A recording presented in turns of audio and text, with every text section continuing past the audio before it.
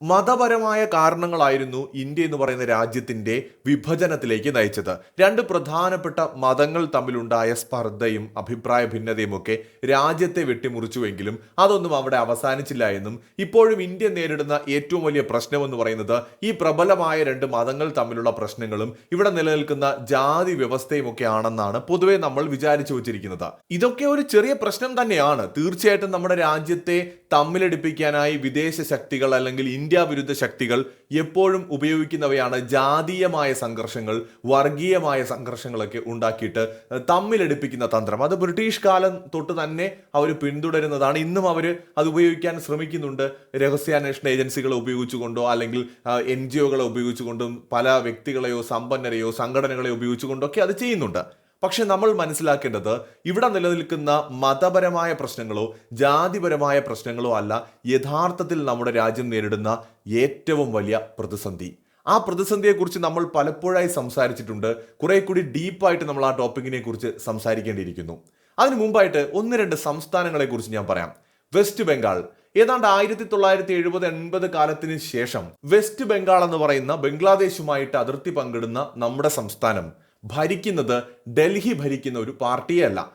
ആ ഒരു 80കൾക്ക് ശേഷം ഡൽഹിയിൽ അധികാരത്തിലിരിക്കുന്ന ഒരു പാർട്ടി വെസ്റ്റ് ബംഗാളിൽ അധികാരത്തിലെത്തിയിട്ടേയില്ല. 2011 വരെയോ മറ്റോ ആണ് കമ്മ്യൂണിസ്റ്റ് പാർട്ടി അവിടെ ശക്തമായി നിലനിന്നിരുന്നത്. ഒരു പരിധിവരെ കമ്മ്യൂണിസ്റ്റ് പാർട്ടി ഒരു ദേശീയ പാർട്ടി ആയിരുന്നതുകൊണ്ട് അപ്പോഴും വലിയ കുഴപ്പങ്ങൾ വലിയ രീതിയിൽ ഉണ്ടായില്ല. എന്നാലും ഡൽഹി ഭരിക്കുന്ന പാർട്ടിക്ക് അവിടെ അധികാരം കിട്ടാതെ പോയത് ഒരു തിരിച്ചടി തന്നെയാണ്. അത് എന്തുകൊണ്ടാണെന്ന് വഴിയെ പറയാം. അതിനുശേഷം തൃണമൂൽ കോൺഗ്രസ് ആണ് ഇന്ന് വെസ്റ്റ് ബംഗാൾ ഭരിക്കുന്നത്. വെസ്റ്റ് ബംഗാൾ തൃണമൂൽ കോൺഗ്രസ് ഭരിക്കുമ്പോൾ കേവലം ഒരു പ്രാദേശിക പാർട്ടി മാത്രമാണ് തൃണമൂൽ കോൺഗ്രസ്. നാഷണൽ പാർട്ടികൾക്കൊന്നും തന്നെ അവിടെ കടന്നു കയറാൻ പറ്റുന്നില്ല. ഡൽഹി ഭരിക്കുന്ന പാർട്ടിക്ക് അവിടെ അധികാരം കിട്ടാതെ ആകാൻ തുടങ്ങിയിട്ട് പതിറ്റാണ്ടുകൾ പിന്നിടുകയാണ്. ഇത് ജസ്റ്റ് ഒന്ന് ഓർത്തു വയ്ക്കുക. തമിഴ്നാട്ടിലേക്ക് പോകാം നമുക്ക്. തമിഴ്നാട് നമ്മുടെ കേരളത്തിന്റെ തൊട്ടടുത്ത് കിടക്കുന്ന ഒരു സംസ്ഥാനമാണ്. 1967 DMKയുടെ നേതൃത്വത്തിൽ തമിഴ്നാട്ടിൽ ഒരു സർക്കാർ ഉണ്ടാവുകയാണ്. അണ്ണാദുരയാണ് അന്ന് മുഖ്യമന്ത്രിയായിട്ട് വരുന്നത്. പിന്നീട് ഇങ്ങോട്ട് DMK തമിഴ് രാഷ്ട്രീയത്തിലെ പ്രധാന മുഖമായിട്ട് മാറുകയാണ്. 1977 AIDMK അധികാരത്തിലേക്ക് എത്തുന്നു. MGR ആയിരുന്നു അന്ന് മുഖ്യമന്ത്രിയായത്. പിന്നെ 67 ശേഷമുള്ള തമിഴ് രാഷ്ട്രീയം നമ്മൾ എടുത്തു നോക്കിക്കഴിഞ്ഞാൽ DMK, AIDMK എന്നിങ്ങനെയുള്ള പ്രാദേശിക പാർട്ടികളാണ് പതിറ്റാണ്ടുകളായിട്ട് തമിഴ്നാട് രാഷ്ട്രീയം ഭരിച്ചുകൊണ്ടേയിരിക്കുന്നത്, അടക്കി ഭരിക്കുന്നത്. ഹിന്ദി ഭാഷ സ്കൂളുകളിൽ പഠിപ്പിക്കുന്നതിനെതിരെ ശക്തമായ പ്രതിഷേധങ്ങൾ ഉണ്ടായ ഒരു സംസ്ഥാനമാണ് തമിഴ്നാട്. എന്തുകൊണ്ടാണ് തമിഴ്നാട്ടിൽ അങ്ങനെ ഉണ്ടായത്? തൊട്ടടുത്ത് കിടക്കുന്ന കേരളത്തിൽ അത് ഉണ്ടാവുന്നില്ല. നമ്മളും മലയാളമാണ് സംസാരിക്കുന്നത്. പക്ഷെ നമ്മുടെ സ്കൂളുകളിൽ ഹിന്ദി പഠിക്കാൻ നമുക്ക് ഒരു പ്രശ്നവുമില്ല. നമ്മൾ ഹിന്ദിയും പഠിക്കുന്നുണ്ട്, ഇംഗ്ലീഷും പഠിക്കുന്നുണ്ട്, മലയാളവും പഠിക്കുന്നുണ്ട്. പക്ഷെ തമിഴ്നാട്ടിൽ അതൊരു വലിയ പ്രശ്നമാണ്. എന്തുകൊണ്ടാണെന്ന് ചിന്തിച്ചിട്ടുണ്ടോ? നമ്മുടെ മലയാളം നമുക്ക് ഇഷ്ടമാണ്, നമ്മുടെ ഭാഷയും ശ്രേഷ്ഠ ഭാഷ തന്നെയാണ്. എന്നാലും നമ്മൾ ഹിന്ദി പഠിക്കുന്നതിന് നമുക്കൊരു കുഴപ്പമില്ല. എന്തുകൊണ്ടാണ്? കേരളം അങ്ങനെ ഒരു പ്രാദേശിക പാർട്ടി അല്ല ഭരിച്ചുകൊണ്ടിരിക്കുന്നത്. അല്ലെങ്കിൽ കേരളം എന്ന് പറയുന്നത് ഏതെങ്കിലും ഒരു കുടുംബ പാർട്ടിയായിട്ട് ഇതുവരെ മാറിയിട്ടില്ല. ഇവിടെ കോൺഗ്രസും കമ്മ്യൂണിസ്റ്റും ഒക്കെ മാറി മാറി ഭരിക്കുന്നുണ്ട്. കോൺഗ്രസ് ന്യൂഡൽഹിയിൽ അല്ലെങ്കിൽ നമ്മുടെ കേന്ദ്ര ഭരണം നടത്തിക്കൊണ്ടിരുന്ന ഒരു പാർട്ടി കൂടിയാണ്. അപ്പൊ അതുകൊണ്ട് തന്നെ നമ്മുടെ രാജ്യസ്നേഹവും നമ്മുടെ രാജ്യത്തോടുള്ള ദേശീയ ബോധവും ഒക്കെ തികച്ചും ഡിഫറൻ്റ് ആണ്. തമിഴനെ സംബന്ധിച്ചിടത്തോളം ഇന്ത്യക്കാരനെന്ന് പറയുന്നതിനേക്കാൾ കൂടുതൽ തമിഴനെന്ന് പറയാൻ ചിലപ്പോൾ പലരും അഭിമാനപ്പെടുന്നുണ്ട് എന്നുള്ളതാണ് സത്യം. ഞാനൊരു തമിഴനാണ്, ഞാനൊരു ദ്രാവിഡനാണ് എന്ന് പറയാനൊക്കെ അവർ അഭിമാനിക്കുന്നു. അതുകൊണ്ടാണ് ദ്രാവിഡ രാഷ്ട്രീയത്തിന്, തമിഴ് രാഷ്ട്രീയത്തിന് അവിടെ കൂടുതൽ പ്രാധാന്യം കിട്ടുന്നത്. അത് ആളി കത്തിച്ചുകൊണ്ടാണ് തമിഴ്നാട്ടിൽ ഈ രാഷ്ട്രീയ പാർട്ടികൾ വളർന്നിരിക്കുന്നത്.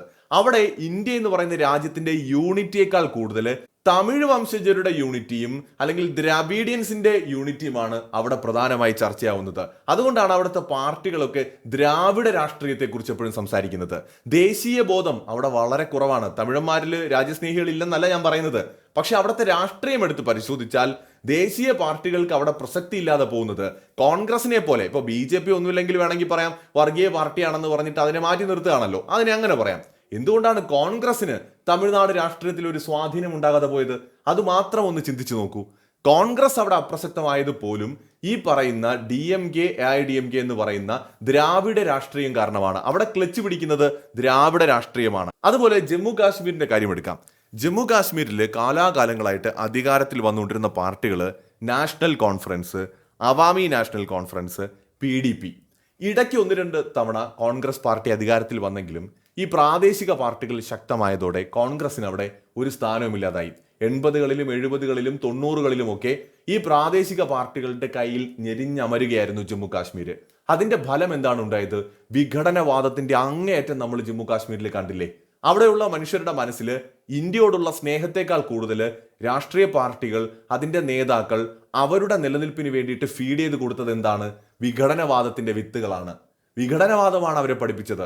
നമ്മളൊരു സ്വതന്ത്ര രാജ്യമാവണം, നമുക്ക് ഇന്ത്യയുടെ യൂണിയനിൽ തുടരേണ്ട കാര്യമില്ല, നമ്മൾ ജമ്മു കാശ്മീർ ഒരു സ്വതന്ത്ര രാജ്യമായി തന്നെ നിൽക്കണം, ഇന്ത്യ നമ്മളെ അനധികൃതമായി പിടിച്ചു വച്ചിരിക്കുകയാണ് എന്നിങ്ങനെയുള്ള കള്ളങ്ങൾ നാടായ നാട് മൊത്തം അവർ പാടി നടന്നു. സ്കൂൾ കുട്ടികളിലേക്ക് പോലും ഇത് ഇൻജക്ട് ചെയ്ത് കൊടുത്തു. അതുകൊണ്ടാണ് ഇന്ത്യൻ പട്ടാളക്കാരെ കാണുമ്പോൾ കുട്ടികൾ കല്ലു പറക്കി എറിയുന്നത്, അല്ലെങ്കിൽ ആക്രമിക്കാൻ ശ്രമിക്കുന്നത്, തെരുവുകൾ യുദ്ധക്കളങ്ങളായി മാറിയത്. പ്രാദേശിക പാർട്ടികൾ ഭരിച്ചു മുടിച്ച നാടാണ് ജമ്മു ആൻഡ് കാശ്മീർ. പ്രാദേശിക പാർട്ടികൾക്ക് സ്വാർത്ഥമോഹം ഉണ്ടായിക്കഴിഞ്ഞാൽ എന്ത് സംഭവിക്കുമെന്നതിന്റെ തെളിവാണ് ജമ്മു കാശ്മീർ. ഇപ്പോൾ നമ്മുടെ തമിഴ്നാട് അങ്ങനെയാണെന്നല്ല ഞാൻ പറഞ്ഞു വരുന്നത്. നമ്മുടെ ഇന്ത്യക്കകത്ത് ഈ സൗത്ത് സ്റ്റേറ്റുകൾ ചേർന്നുകൊണ്ട് ഒരു രാജ്യം ഉണ്ടാവണം, അല്ലെങ്കിൽ സൗത്ത് സ്റ്റേറ്റുകളാണ് ഇന്ത്യയുടെ എക്കണോമിക് ഗ്രോത്തിൽ ഏറ്റവും അധികം കോൺട്രിബ്യൂട്ട് ചെയ്യുന്നത്, ഇങ്ങനെയുള്ള ചർച്ചകൾ ഉണ്ടാവുന്നത് പ്രാദേശികവാദത്തിന്റെ മറ്റൊരു ഭീകരമായ അവസ്ഥയാണ്. അതിങ്ങനെ അത് മുട്ടിട്ട് തുടങ്ങും. പിന്നെ അത് എല്ലാ തലത്തിലേക്കും ആ ചർച്ച വ്യാപിപ്പിച്ചിട്ട് ഇന്ത്യ രണ്ടായിട്ട് മാറും. സൗത്ത് എന്നും നോർത്ത് എന്നും ഒക്കെ പറഞ്ഞിട്ട് രണ്ടായിട്ട് വിഭജിക്കും. ഇത് മനുഷ്യന്റെ മനസ്സിലേക്ക് ഫീഡ് ചെയ്ത് കൊടുക്കുകയാണ്. അതായത്, എടാ, നമ്മൾ കഷ്ടപ്പെട്ട് ഉണ്ടാക്കുന്നത് മുതലെടുത്തിട്ടാണ് ആ ഉത്തരേന്ത്യക്കാരന്മാരെ നന്നാക്കുന്നത്, അവന്മാരെന്തിനാണ്? ആ തരത്തിൽ നമ്മളെ അങ്ങോട്ടും ഇങ്ങോട്ടും വിഘടിപ്പിക്കാൻ ഇത് ഒരു കാരണമാകും. പ്രാദേശിക പാർട്ടികൾ വളരുന്നതും വർഷങ്ങളായിട്ട് അവരുടെ കുടുംബങ്ങളോ അവരോ മാത്രം സ്റ്റേറ്റുകൾ ഭരിച്ചു മുന്നോട്ട് പോകുന്നതും ഇന്ത്യൻ ജനാധിപത്യത്തിനും ഫെഡറൽ സംവിധാനത്തിനും രാജ്യത്തിന്റെ ഒത്തൊരുമയ്ക്ക്, അതായത് യൂണിറ്റിക്ക് വലിയ ഭീഷണിയാണ് എന്നുള്ളതാണ് വാസ്തവം. മതങ്ങളും ജാതിയും ഉയർത്തുന്ന ഭീഷണിയേക്കാൾ ഭയാനകമാണ് പ്രാദേശികമായിട്ട് ഉയരുന്ന ആ ഭീഷണി. വെസ്റ്റ് ബംഗാളിന്റെ കാര്യവും ഞാൻ അതുകൊണ്ടാണ് തുടക്കത്തിൽ പറഞ്ഞത്. തൃണമൂൽ കോൺഗ്രസ് അവിടെ ഇന്ത്യ എന്ന് പറയുന്ന രാജ്യത്തോടുള്ള തീവ്രമായ ദേശീയ ബോധം ഉയർത്തുന്നതിന് പകരം ഇന്ത്യയെ ഒരു ശത്രുവായി കാണുന്ന തരത്തിലാണ് പലപ്പോഴും അവരുടെ പ്രവർത്തനങ്ങൾ. നമ്മൾ വെസ്റ്റ് ബംഗാളിലേക്ക് നോക്കിയാൽ മനസ്സിലാവും. ഡൽഹി ഭരിക്കുന്ന പാർട്ടികൾ, അല്ലെങ്കിൽ രാജ്യത്തെ പ്രധാനപ്പെട്ട ദേശീയ പാർട്ടികൾ ഓരോ സംസ്ഥാനങ്ങളിലും അധികാരത്തിൽ എത്തേണ്ടത് എത്രത്തോളം ആവശ്യമാണെന്ന് നമ്മൾ അവിടെയാണ് തിരിച്ചറിയേണ്ടത്. ഇപ്പൊ തെലങ്കാനയിൽ കോൺഗ്രസ് അധികാരത്തിൽ വന്നപ്പോൾ പേഴ്സണലി എനിക്ക് വലിയ സന്തോഷം തോന്നി. കാരണം പ്രാദേശിക പാർട്ടികൾ അല്ലെങ്കിൽ അതും കൂടെ കയ്യിലെടുത്ത് നശിപ്പിച്ചു കളഞ്ഞനെ. സത്യത്തിൽ ഇപ്പൊ BJPക്ക് കിട്ടിയില്ലെങ്കിലും കോൺഗ്രസിനെങ്കിലും കിട്ടിയല്ലോ എന്നുള്ളതായിരുന്നു സത്യത്തിൽ ഒരു ആശ്വാസം. കാരണം ഈ പ്രാദേശിക പാർട്ടികളെക്കാൾ എന്തുകൊണ്ടും ഭേദമാണ് കോൺഗ്രസ്, അത്രേ ഉള്ളൂ. നമ്മളിപ്പോ ആന്ധ്രാപ്രദേശിലേക്ക് നോക്കാം. അവിടെ YSR കോൺഗ്രസ് അല്ലെങ്കിൽ തെലുങ്ക് ദേശം പാർട്ടി, ഇവര് കാലാകാലങ്ങളായിട്ട് അവിടെ കൈപ്പിടിയിൽ ഒതുക്കാൻ ശ്രമിക്കുകയാണ്. കുടുംബ ഭരണമാണ്. അപ്പൊ എന്ത് പറ്റും? അധികാരം നിലനിർത്താൻ വേണ്ടിയിട്ട് അവര് അവിടെ ഉള്ള മനുഷ്യരുടെ മനസ്സിലേക്ക് ഫീഡ് ചെയ്ത് കൊടുക്കുന്നത് അവരുടെ നിലനിൽപ്പിന് വേണ്ടിയിട്ടുള്ള കാര്യങ്ങൾ മാത്രമാണ്. ഇന്ത്യ എന്ന് പറയുന്ന രാജ്യത്തിന്റെ കെട്ടുറപ്പിനെ കുറിച്ചോ, സംസ്ഥാനങ്ങൾ തമ്മിൽ ഒന്നിച്ചു പോകണം, ഫെഡറൽ സംവിധാനം നിലനിൽക്കണം, ഇന്ത്യ ഒറ്റക്കെട്ടായിട്ട് മുന്നോട്ട് പോകണം എന്നുള്ള ബോധമൊന്നും അവർക്കുണ്ടാകണമെന്നില്ല. 2000 മുതൽ ഒഡീഷ ഭരിച്ചുകൊണ്ടിരിക്കുന്നത് നവീൻ പട്നായിക്കിന്റെ ബിജു ജനതാദളാണ്. ബിജു ജനതാദൾ പിന്നെയും ഒരു ദേശീയ ബോധമുള്ള പാർട്ടിയാണെന്നെങ്കിലും പറയാം. പക്ഷെ എന്നാലും അത് കാലക്രമേണ രാജ്യത്തിന് ഭീഷണിയാണ്. കാരണം ഒരു രാജ്യത്തിന്റെ സെൻട്രൽ പാർട്ടികൾക്ക് ഒരു സ്റ്റേറ്റിലേക്ക് കടക്കാൻ പറ്റുന്നില്ല. സെൻട്രൽ പാർട്ടികൾക്ക് കടക്കാൻ കഴിയാതെ നോക്കി നിൽക്കുകയാണ്. സെൻട്രലും സ്റ്റേറ്റും കൂടെ ചേരുമ്പോഴേ നമുക്ക് വളരെ ശക്തമായും ഭംഗിയായിട്ടും ഭരണം മുന്നോട്ട് പോവുള്ളൂ. അപ്പൊ ദേശീയ പാർട്ടികൾ തീർച്ചയായിട്ടും എല്ലാ സംസ്ഥാനങ്ങളിലും ശക്തിപ്പെടേണ്ടതുണ്ട്. കോൺഗ്രസിന്റെ ഭരണകാലത്ത് അവരുടെ വീഴ്ചകൾ കൊണ്ടാണ് ഈ പ്രാദേശിക പാർട്ടികൾ ഇത്രത്തോളം വളർന്നത്. ഒന്ന് ആലോചിച്ച് നോക്കൂ. 2000-ന് തൊട്ട് മുമ്പാണ് BJP ഇന്ത്യയിൽ ശക്തിപ്പെടുന്നത്. 1999 മുതൽ 2004 വരെ BJP ഉണ്ടായിരുന്നു. ഇപ്പൊ 2014 BJP വന്നിട്ടുള്ളൂ. അപ്പൊ അതിനു മുമ്പ് ഇന്ത്യ ഏറ്റവും കാലം ഭരിച്ചത് കോൺഗ്രസ് ആണ്. കോൺഗ്രസിന്റെ കാലത്താണ് തമിഴ്നാട്ടിലായിക്കോട്ടെ, ജമ്മു കാശ്മീരിലായിക്കോട്ടെ, അല്ലെന്നുണ്ടെങ്കിൽ ആന്ധ്രാപ്രദേശിലായിക്കോട്ടെ, ഇവിടെയൊക്കെ തന്നെ ഈ പ്രാദേശിക പാർട്ടികൾ ശക്തമായത് കോൺഗ്രസിന്റെ ഭരണകാലത്താണ്. ബീഹാറിലാണെങ്കിലും ഉത്തർപ്രദേശിലാണെങ്കിലും BJP വരുന്നത് വരെ SP BSP എന്ന് പറഞ്ഞുകൊണ്ട് ഉത്തർപ്രദേശ് എന്ന് പറയുന്ന സംസ്ഥാനം 2 കുടുംബങ്ങളുടെ കയ്യിലായിരുന്നു. അവിടെ BJP ആണ് അതിനെ ആ ഒരു സ്ഥിതിയിൽ നിന്ന് ആ ഒരു സംസ്ഥാനത്തിനെ മോചിപ്പിച്ചത്. അവിടെ കോൺഗ്രസിന്റെ ഭരണകാലത്ത് അവർക്ക് അത് ചെയ്യാൻ കഴിഞ്ഞിരുന്നില്ല. അപ്പോൾ കോൺഗ്രസിന്റെ ചില വീഴ്ചകൾ പ്രാദേശിക പാർട്ടികൾ രാജ്യത്ത് ശക്തിപ്പെടുന്നതിൽ ഒരു വലിയ കാരണമായിട്ടുണ്ട്. അത് ഇന്ത്യ എന്ന് പറയുന്ന രാജ്യത്തിന്റെ കെട്ടുറപ്പിന് ഭീഷണിയാണ്. കാരണം അമേരിക്കയിൽ ഏതാണ്ട് 80% ആളുകൾ ഇംഗ്ലീഷ് ഭാഷ സംസാരിക്കുന്നവരാണ്. പിന്നെ സ്പാനിഷും ചൈനീസും ഒക്കെ സംസാരിക്കുന്നവരുണ്ട്. ചൈനയിലും അവരവിടെ ചൈനീസ് കമ്മ്യൂണിസ്റ്റ് പാർട്ടി അധികാരത്തിൽ വന്നപ്പോൾ തന്നെ പരമാവധി എല്ലാവരെയും ഒരു ഭാഷ സംസാരിക്കുന്നവരാക്കി മാറ്റാൻ ശ്രമിച്ചിരുന്നു. അവിടെ ഒരുപാട് ഭാഷകൾ ഉണ്ടായിരുന്നു. പക്ഷെ അവരുടെ പ്രധാന ഭാഷ എല്ലാവരെയും പഠിപ്പിക്കാൻ ശ്രമിച്ചു. അവിടുത്തെ കൾച്ചറിനെ അവർ ഏതാണ്ട് ഒരേ രൂപത്തിൽ അവരുടെ സൗകര്യത്തിനനുസരിച്ച് അവർ രൂപപ്പെടുത്തിയെടുത്തു. പല കൾച്ചറുകൾ അവിടെയും ഉണ്ടായിരുന്നു. അങ്ങനെ അവർക്ക് ആളുകളെ ഒന്നിപ്പിക്കാൻ വേണ്ട ഘടകങ്ങൾ അവർ ആദ്യമേ തന്നെ അവിടെ രൂപപ്പെടുത്തിയെടുത്തു. അതുകൊണ്ട് തന്നെ അവിടെയൊക്കെ ഇത്തരം പ്രശ്നങ്ങൾ വളരെ കുറവാണ്. ഇന്ത്യയുടെ കാര്യം എടുക്കൂ. കേരളം എടുത്താൽ മലയാളം, തമിഴ്നാട്ടിൽ പോയാൽ തമിഴ്, കർണാടകയിൽ പോയാൽ കന്നഡ, ആന്ധ്രാപ്രദേശിൽ പോയാൽ തെലുങ്ക്. ഇങ്ങനെ ഓരോ സംസ്ഥാനങ്ങളിലേക്ക് പോകുമ്പോഴും ഭാഷകൾ മാറിക്കൊണ്ടേയിരിക്കുന്നു. ഇപ്പോൾ മഹാരാഷ്ട്രയിൽ പോയാൽ അവിടെ ഹിന്ദിയുണ്ട്, അതുപോലെ തന്നെ പിന്നെ മറാഠിയുണ്ട്, അങ്ങനെ പല ഭാഷകളാണ്. അപ്പോൾ കൾച്ചറും മാറുകയാണ്. അപ്പോൾ അവിടെ വിഘടനവാദം ഉണ്ടാകാനുള്ള സാധ്യതയും അതോടൊപ്പം തന്നെ വർദ്ധിക്കും. അപ്പോൾ ഇന്ത്യയുടെ ഏറ്റവും വലിയ ശത്രു എന്ന് പറയുന്നത് വിഘടനവാദമാണ്. അതും പ്രാദേശിക രാഷ്ട്രീയ പാർട്ടികൾ ഉയർത്തുന്ന വിഘടനവാദമാണ്. അവിടെയാണ് നമ്മൾ ഏറ്റവും അധികം ശ്രദ്ധ കൊടുക്കേണ്ടത്.